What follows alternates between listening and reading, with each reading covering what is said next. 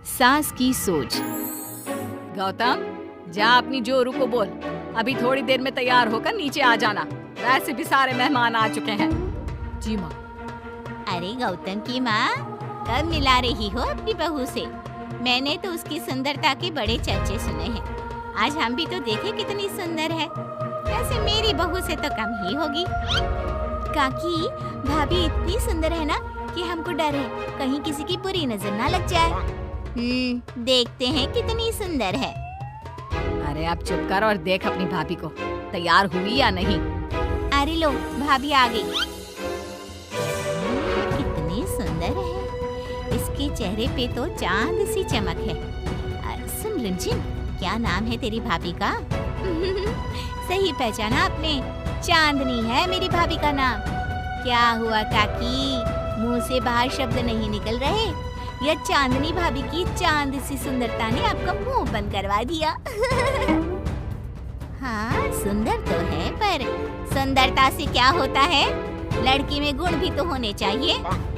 मेरी बहू में सुंदरता के साथ साथ संस्कार भी है। अरे वाह गौतम, सच्ची में तुम्हारी बीवी बहुत सुंदर है। हाँ, एकदम चांद जैसे अलग चमक रही है तुम्हारी बीवी इस पूरी पार्टी में। बात तो तुम एकदम सही कह रहे हो। इस भीड़ में भी सबसे अलग चमक रही है मेरी चांदनी। आज इस पार्टी में तुम्हारी बीवी की सुंदरता ने 4 चांद लगा दिया है। कुछ दिनों बाद जब गौतम की माँ आस पड़ोस की औरतों से गप्पे मार रही होती है। माँ जी, मेरी माँ की तबीयत थोड़ी खराब है, आप इजाजत दो तो क्या मैं और गौतम एक बार वहाँ हो आए? हाँ हाँ बहू, ठीक है। जब शाम को गौतम काम से आ जाए तो अपने मायके हो आना।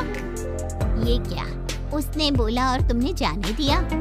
हाँ, अभी उसने बताया तो सही, उसकी माँ की तबीयत खराब है। लेकिन तुमने जाने क्यों दिया? तुम्हें मना कर देना चाहिए था। लेकिन क्यों? अरे तुम्हारी बहू को अभी शादी किए थोड़े ही दिन हुए हैं और वो अपने मायके जा रही है।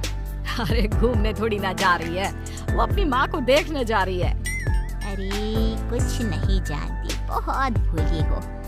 ये बहुएं बस बहाने बनाती हैं अपने मायके जाने के लिए। मैं तो कहती हूँ तुम अपनी बहू पे थोड़ा ध्यान दो। एक तो तुम्हारी बहू रूप की सुंदर है, कहीं तुम्हारे बेटे को बहला फुसला ना दे। लेकिन वो ऐसा क्यों करेगी? और वैसे भी वो ऐसी नहीं है, वो मेरा बहुत ध्यान रखती है। तुम ना आजकल के बच्चों को नहीं जानती। शुरू शुरू में ये सास की सेवा करना, परिवार का ख्याल रखना बहुत अच्छे से जानती है, और पीठ पीछे अपने पतियों को परिवार से अलग होने की सलाह देती रहती है। क्यों बहनों, क्या मैं गलत कह रही हूँ? हाँ, वैसे बात तो सही है आपकी। और पता है, मेरी बहन की बेटी की शादी को अभी 1 महीना भी नहीं हुआ और उसका बेटा अपनी बीवी की हर बात मानता है, और तो और अपनी बीवी के लिए अपनी माँ से लड़ता भी है। पूरा का पूरा अपनी जोरू का गुलाम बन गया है। तुम्हारी बहू वैसे भी इतनी सुंदर है, ऊपर से पढ़ी लिखी भी है, और आजकल की पढ़ी लिखी लड़कियां अपने पति को चिकनी चुपड़ी बातों में फंसाकर अपना काम निकलवाना जानती है। हाँ। अरे हाँ, पर मेरी बहू चांदनी समझदार है। हाँ, यही तो बात है। तुम किसी के चेहरे पे देखकर उसके दिमाग में क्या चल रहा है वो थोड़ी ना बता सकती हो। और हाँ, अपनी बहू के चांद से सुंदर चेहरे को देखकर धोखा मत खा जाना। अरे जरूरी थोड़ी ना है जो इंसान चेहरे से सुंदर हो वो मन से भी सुंदर हो, क्योंकि चांद पे भी तो दाग होते हैं। थोड़ी देर बाद सभी अपने अपने घर चले जाते हैं। शाम को चांदनी और गौतम घर आते हैं। और बहू, माँ को देखाई? जी माँ जी, अब थोड़ा ठीक है। बहू, अब तुम्हारा घूमना फिरना हो गया हो तो घर के कामों में मेरा हाथ बटाओ। जी माँ जी। मेरा ये घुटनों का दर्द कभी भी शुरू हो जाता है। बहू, लगता है आज सारा काम तुझी को करना होगा। कोई बात नहीं माँ जी, काम ही तो है, काम तो होता रहेगा। आप पहले अपना ख्याल रखिए। ठीक है, अब तो इतना बोल ही रही है तो मैं अपने कमरे में आराम करने जा रही हूँ।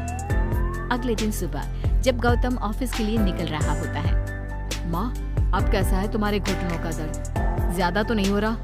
नहीं तो शाम को चांदनी आपको डॉक्टर के पास दिखाएगी। तुझे किसने बताया? बहू ने?